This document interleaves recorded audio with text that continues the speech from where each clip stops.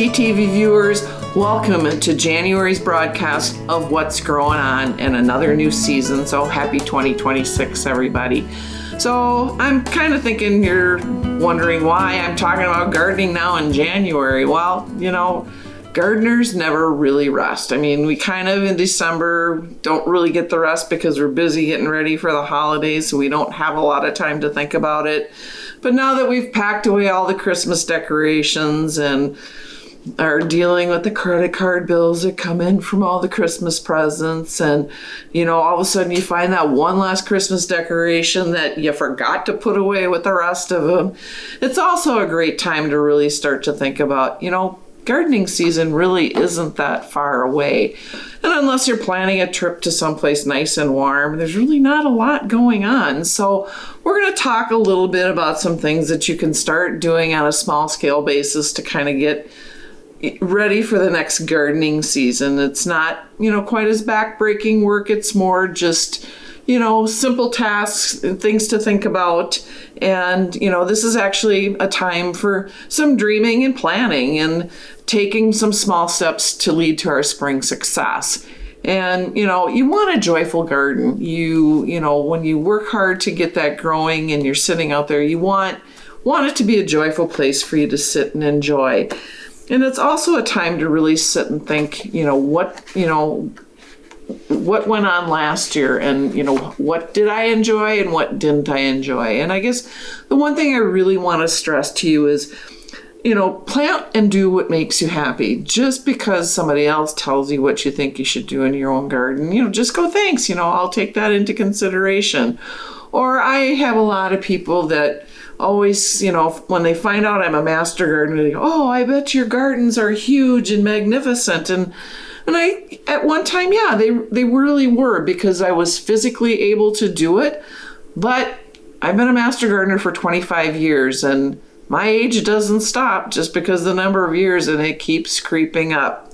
And the last couple of years, 2 years ago, we had a big event we were working on in my family, so it kind of took away from some of the garden. Last year I was dealing with an knee issue, and so I ended up having a knee replacement in September. So, trying to get back into therapy and, get, back situated, for the gardening season. But I also really took time to take stock as I was considering this knee replacement. And I actually took out a huge garden bed. And everybody was kind of like, oh my God, how can you do that? And I said, part of it is because I can't do it anymore. The garden has changed over the years. There was a big tree there, and that was my shade garden. And so then when the tree came down, it was just, having to redo the whole thing. And there were some issues with some other things there. And if you know my property, I've got some property behind us that is going to be, going into some potential development, which may change some things. And so I just decided, it's time to just really take a step back and just do what I can do the best and not let my garden overtake my life. And so that was part of my plan last year. And so this year, I'm again looking forward to just getting back out into the garden and trying some new things. So where can you really start? So you throw the Christmas tree out. If you put in a live one, like I said, I can keep a poinsettia alive through Christmas, so that's long gone. I've been kind of obsessing over my amaryllis bulbs, so show you its blooms. So I've got a little bit of color coming at you right now. So I've got 3 blooms, and I've got one getting ready to open up. So that's kind of adding some color. So that's bringing a little bit of joy into my house. But it's also a time to start slow and start looking if you have a lot of garden plants, because indoor garden plants have really taken a resurgence, and you're really starting to see garden centers bringing in a lot of garden plants, and you're seeing a lot of people that host garden shows or write garden articles. They're talking a lot about easy care, indoor plants and that. So if you do already have them, this is also a good time to really take a look at them, as you're getting ready for some gardening. So even though indoor plants are green at this time of year, they really are into some dormancy. You're not going to see a lot of growth at this time. So you're not going to water them as much, so they're not taking up as much watering. So you just kind of want to make sure that, you're not, making that soil really soggy in there and rot your roots. And if your home is really dry, you want to consider maybe adding a humidifier to your home, or you can add like a little tray for some humidity. And it's really simple. You just take a little tray like this. There's a lot of plastic ones. You can buy them at the dollar store, really inexpensive, especially if you have a pot that doesn't already have a saucer underneath it. It needs those drainage holes, because you should always have drainage holes in it. So you can just take a tray like this, and you can line it with some rocks like this. I just bought this at the $1.25 store, and just put a thin layer in it. And the only thing you want to caution about is you put your plant on top of that, and as you water it, that water's going to come out of the bottom of your pot and just kind of create a little bit of humidity on there. Now, it's not foolproof, but it does add a little bit of that water to it. But you also have to make sure is as you water that, if that water comes out too fast and too much and too high, that it's not completely sandy. So you just want a little bit of water with those rocks in there to create that humidity. You don't want that water. You want some of the top of the rocks to be dry, just so that there's enough water that they can drain out to create that humidity. So again, a surefire way to kind of keep your plants with a little bit of humidity. And as the days are shorter at this time of year, your houseplants are really going to be stretching for light at their windows. So you want to make sure to take a look at it.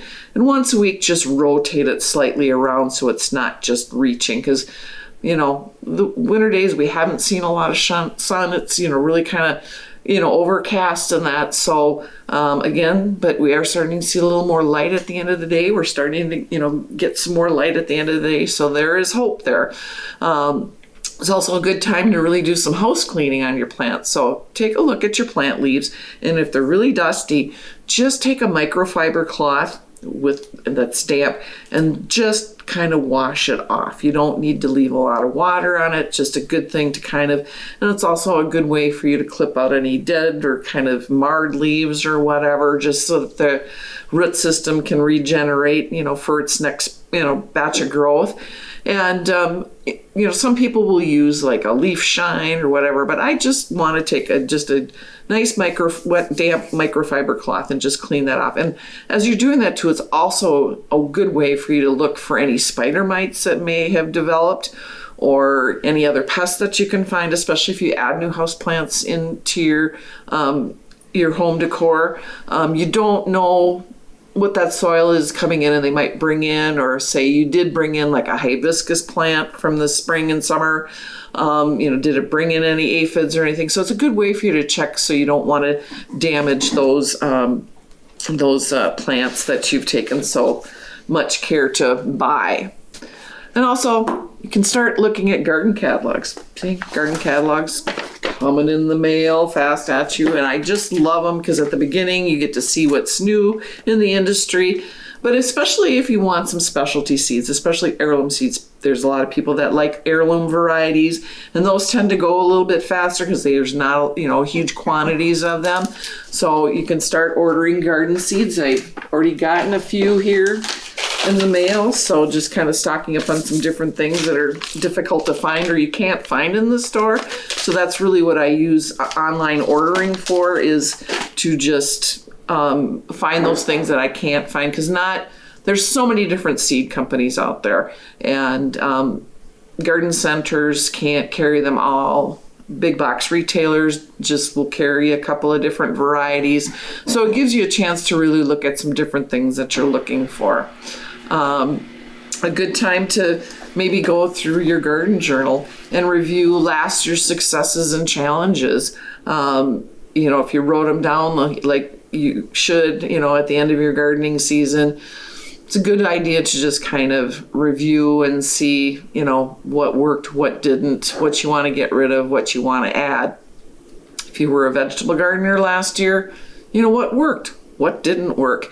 And also, if you were noticing some diseases in your garden, really take a look at where you planted that stuff, and you're going to want to make sure that you sketch out a diagram to kind of rotate your crops around so you're not affecting that plant with the same disease from last year. And again, sketch out a garden layout for your vegetable garden, or if you're starting a new garden, you want to go in with a plan. You just don't want to buy a bunch of plants and plunk it into the ground. You want to make sure that you got the proper spacing, and you just don't want to overcrowd those plants because they are going to grow and they are going to get bigger. And I know the first couple of years it's going to look kind of wimpy, but eventually it will grow in, and it's just kind of a satisfaction as you take pictures over the years and look at it to see how everything, it fills in. And also when you're looking at these plants online and in the catalogs and stuff, if you don't care if it doesn't come back every year, but if you're really looking at like a perennial or whatever, make sure that you're choosing those cold hardy plants for zones 3 and 4, of which we're in. South of us here, we've got zone 5 kind of starting to creep into us, and people have some microclimates in their yards. So again, always look at what your zone is and what these plants are. You can start slow growing plants with grow lights, and so do some seed starting. I know every year fellow Master Gardener Lisa Reavers usually will hold a seed starting class at Buckham Memorial Library. I haven't seen her schedule yet, so I don't know if she's got something scheduled, but it's also something that you can do pretty easily. Seed starting trays and heating mats are pretty inexpensive. At some of the big box retailers, or if you really want to get into this, order some nice setups, through the garden catalog. Good choices to start at this time that are slow growers out in the garden is like onions, leeks, shallots. Perennials are a great way, especially native plants nowadays people are getting into to create pollinator habitats, because, you want to create those habitats. Starting seeds rather than buying plants is a more economical way for you to do that. And really, to start seeds is all you need is a growing tray with a little dome. You need some sterile potting mix and seeds in a nice bright sunshiny window. And make sure when you're doing all that, label all your containers clearly. Another great thing to do is learn about winter seed sowing. And I know a few years ago I did a program on winter seed sowing. I have written an article in the Daily News in the past about it. And so if you're really curious about winter seed sowing, is go to the University of Minnesota Extension website and look up gardening. And there you will see when you come in, so even here when you first get to this page, you've got starting seeds indoors, and there's a link that will take you to how to start seeds in your house. But then it will also allow you to go up into the search engine up here and look up winter seed sowing. And there's an article written in last year of December called Just Jug It and Grow. This is winter sowing for pollinator gardens. But this also works for vegetables. It works for perennials and whatever. And what winter seed sowing basically in a nutshell is, take an empty milk container like this. You can do this size, or you can do a gallon size. You can do, cranberry juice containers, lemonade containers. And this, you're going to create a little mini greenhouse. And you're going to cut the bottom of it, drill some holes in it, put some seed mix in it and some seeds, and then you're going to tape it up, and you're going to actually set it outside in your garden in the snow.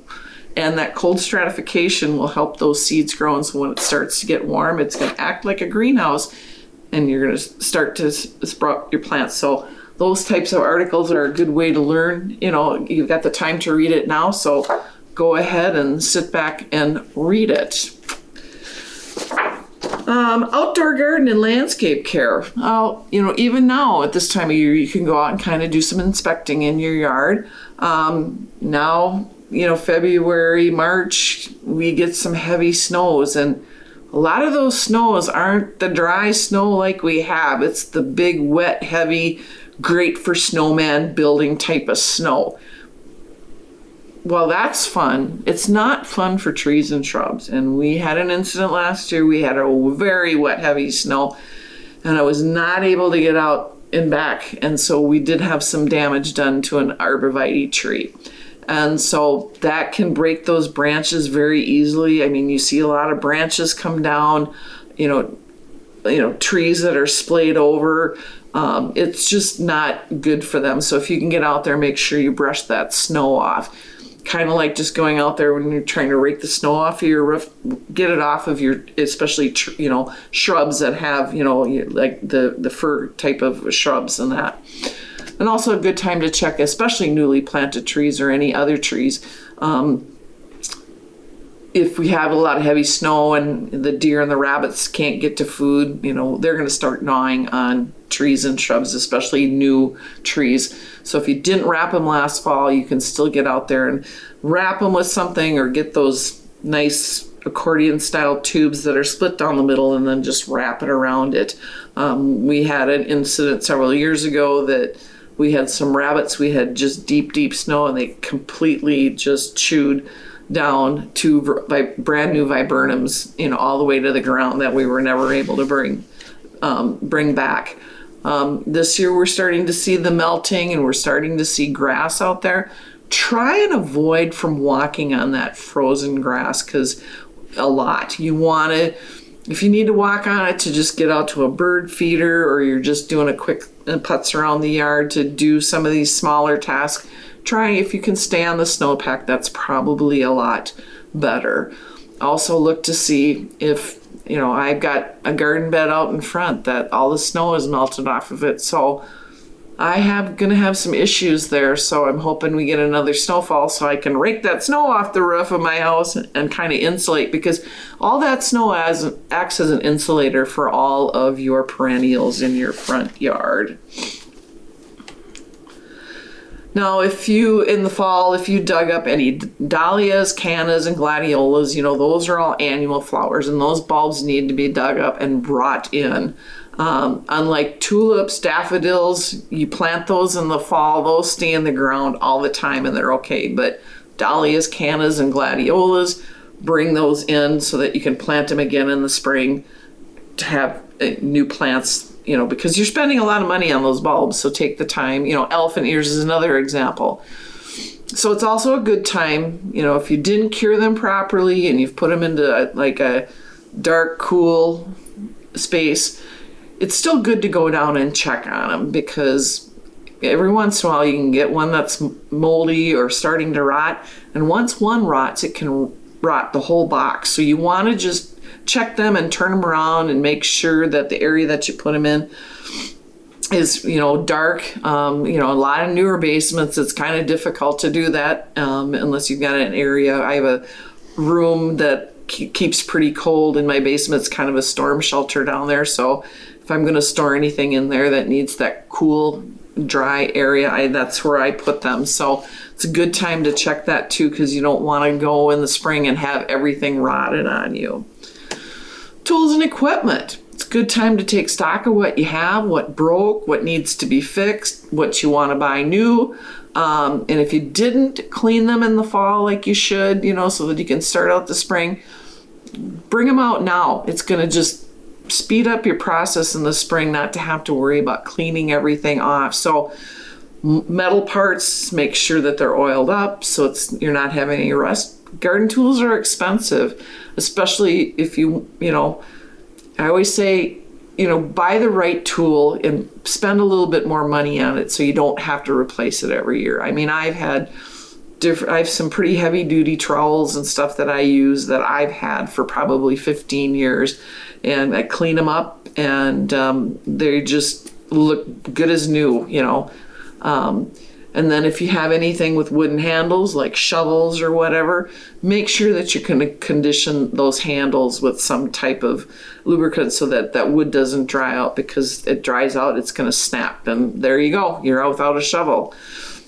And if you're getting ready for, doing some seed starting, sometimes some of them have to be started late, it's also a good time to test all your grow lights that you have. If, you buy a system for grow lights and seed starting, and all your heating mats. You can buy specialty heating mats to put underneath your trays to help with your germination process.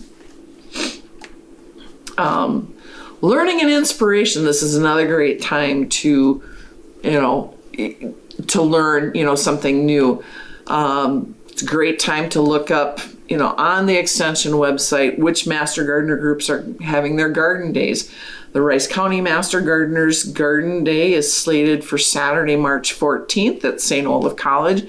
We've been doing this for many, many years, and we have a slate of 4 speakers coming in. I haven't seen the final brochure, but we'll be sharing that here in about a month. And when everything comes out, we'll do a little promo for it, so you know. But there's a lot of places around the area that do some. I know there's one that comes out of Waseca at Farm America. That's kind of a new facility, nice facility to go to.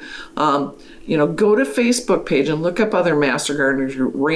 Ramsey County is really great for doing online teaching.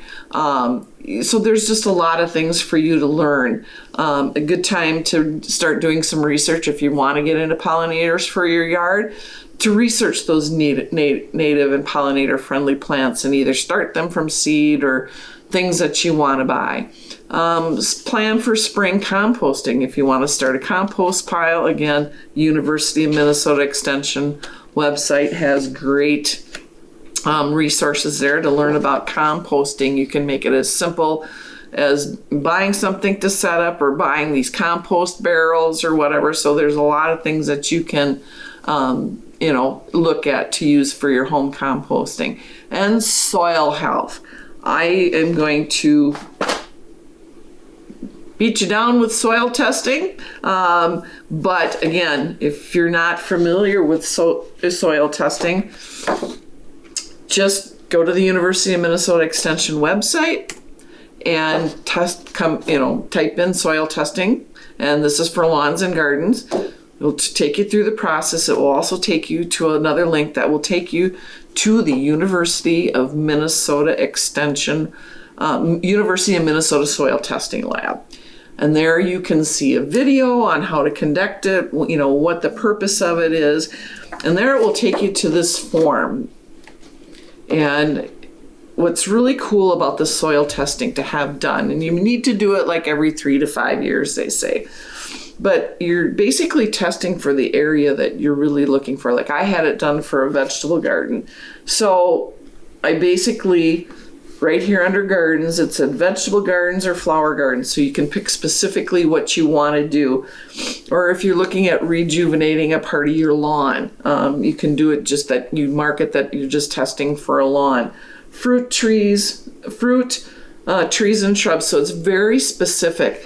And so for $17, you're going to get a form emailed back to you from the U of M Soil Testing Lab. And it's going to tell you the percentage of organic matter that you have in there, phosphorus, potassium, and what the pH or the lime requirements are. And best of all, they're going to tell you what you're lacking in and how much you're supposed to put back into your yard. You can also add some other tests like looking for sulfur, calcium, magnesium, if you're really into soil science, like some people are. But it's a great opportunity for you to take a look and get that soil, because that will bring you a lot of success in your garden. And it's also a great time to just pick up your favorite gardening magazines. This one's one of my favorites. It's called Northern Gardener. It's published here in Minnesota. You can subscribe to it. It comes out in quarterly issues for the year. And it's written for Minnesota by Minnesota gardeners. And there's a lot of information in there. Actually, there's been people in here that have written that I've seen speak in person. And so another good thing to do to sit and look at night between, get tired of looking at the seed catalogs, take some time. There's some fun articles in there. There's some kind of tongue-in-cheek things. So it is another fun way to kind of learn a little bit about what, is going on in the garden. So there you go. Some January garden tips to get 2026 off to a gardening bang. And again, thanks for tuning in. I love it when you walk up to me and tell me that you've seen my spots. It's always fun to talk to people about gardening, because then it gives my husband a break. He doesn't have to listen to me babble about gardening. And, to be able to share my knowledge and share be able to give you the right resources to make your garden right. So again, we're off to a great start here in 2026, and have a great January. Hope you go someplace warm for a while, and just happy digging.